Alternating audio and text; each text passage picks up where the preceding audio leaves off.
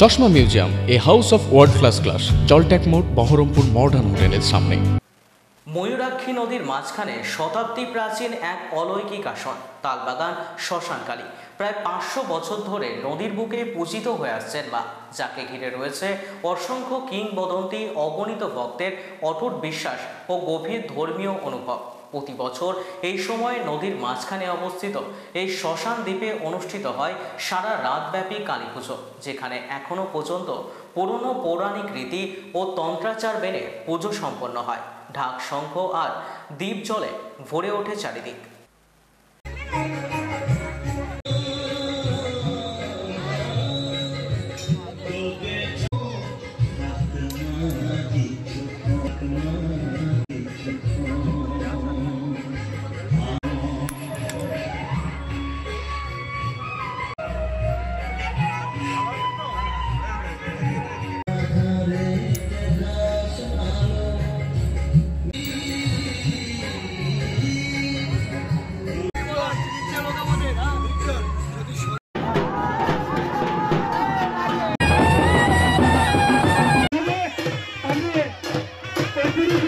স্থাপন করেছে বা এখানে বহু দূর দেশে ভক্ত আসে, যে যা কামনা নিয়ে এসে তা পূরণ হয়।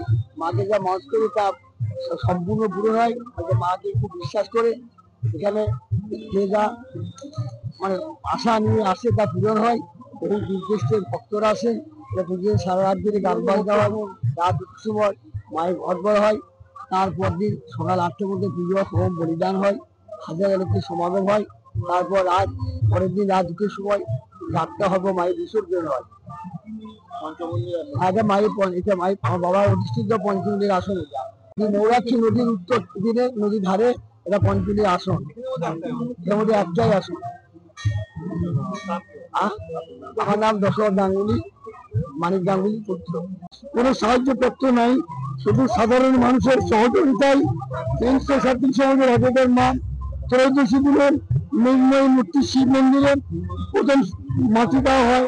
আস্তে আস্তে তাকে দ্বিতীয় তৃতীয় করে সাজ রং করে মানুষের সহযোগিতায়, হাজার হাজার মানুষের সহযোগিতায় মাকে ওখান থেকে ঢাক ঢোল সহযোগিতায় বসা বাড়াতে কালীচড়া কালী মন্দিরে নিয়ে আসা হয়। এখানে আসার পর মাকে মহানদীতে পরিস্থাপন করা হয় ফাঁকা মধ্যে শ্মশান কাশি।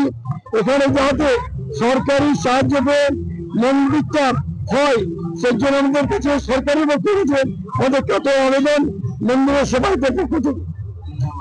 আমার নাম শ্রী কালীচরণ গাঙ্গুলি।